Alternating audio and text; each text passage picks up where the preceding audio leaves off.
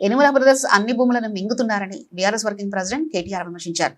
తిరుపతి రెడ్డి ఓ దిక్కు, కొండలరెడ్డి ఓ దిక్కు, కృష్ణారెడ్డి ఓ దిక్కు, ఇంకో రెడ్డి ఇంకో దిక్కు, ఇట్లా నలుగురు 4 దిక్కులు తగిలి రేవంత్ రెడ్డి కుటుంబ సభ్యులే మొత్తం భూములు మిగుతుంటే ఇక రియల్ ఎస్టేట్ ఏం మిగులుతుందని దుయ్యబట్టారు. ఆదివారం నిర్వహించిన వికారాబాద్ నియోజకవర్గ బీఆర్ఎస్ కార్యకర్తల సమావేశంలో సభ్యత్వ నమోదు, సర్పై పార్టీ శ్రేణులకు కేటీఆర్ అవగాహన కల్పించారు. ఈ సందర్భంగా మాట్లాడుతూ రాష్ట్రంలో రియల్ ఎస్టేట్ మొత్తం ఆగమైందని, దాని మీద ఆధారపడి బతుకుతున్న లక్షలాది మంది జీవితాలను రేవంత్ రెడ్డి కుటుంబం ఛిద్రం చేసిందని మండిపడ్డారు.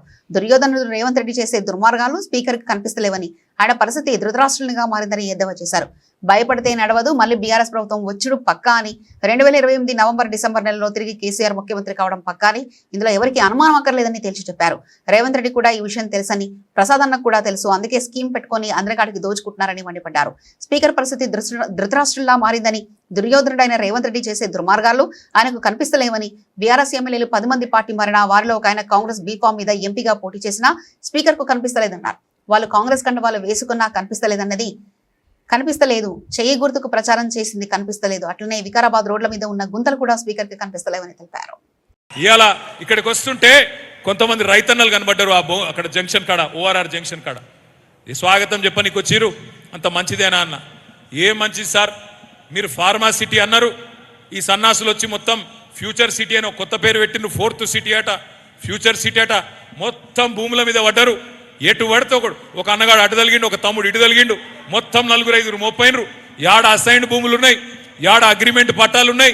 గుంజుకోవాలా, బెదిరియాలా, అడ్డికి పావుషేరు లాక్కోవాలా, ఇది తప్ప ఏమీ లేదు సార్ అని చెప్పి పోయినాడు. నేను చెప్పేది వాస్తవమేనా? కేసీఆర్ గారు ఏ కారణం చేత ఫార్మా సిటీ అన్నారో ఒక్కసారి మీరు కూడా తెలుసుకోవాల్సిన అవసరం ఉంది. ఆయనకేమీ ఈ ప్రాంతం మీద ఇష్టం లేకనో ఇంకోటో కాదు, ఈ ప్రాంతం మీద ఇష్టంతోనే ఇక్కడ బ్రహ్మాండంగా మన పిల్లలకు కొలువులు రావాలని ప్రపంచంలోనే అతి పెద్ద ఫార్మా క్లస్టర్. అది కూడా ఎందుకు వచ్చింది ఆలోచన, మనకు చరిత్ర కూడా కొంత తెలవాలి. ఒకనాడు హైదరాబాద్లో IDPL అనే సంస్థ, Indian drugs and pharmaceuticals limited అనే సంస్థని 1950 ఆ ప్రాంతంలో కేంద్ర ప్రభుత్వం ఏర్పాటు చేసింది. ఆ తర్వాత అందులోకెళ్ళి కొంతమంది సైంటిస్టులు బయటకు వచ్చి డాక్టర్ రెడ్డీస్ అని, హెట్రో అని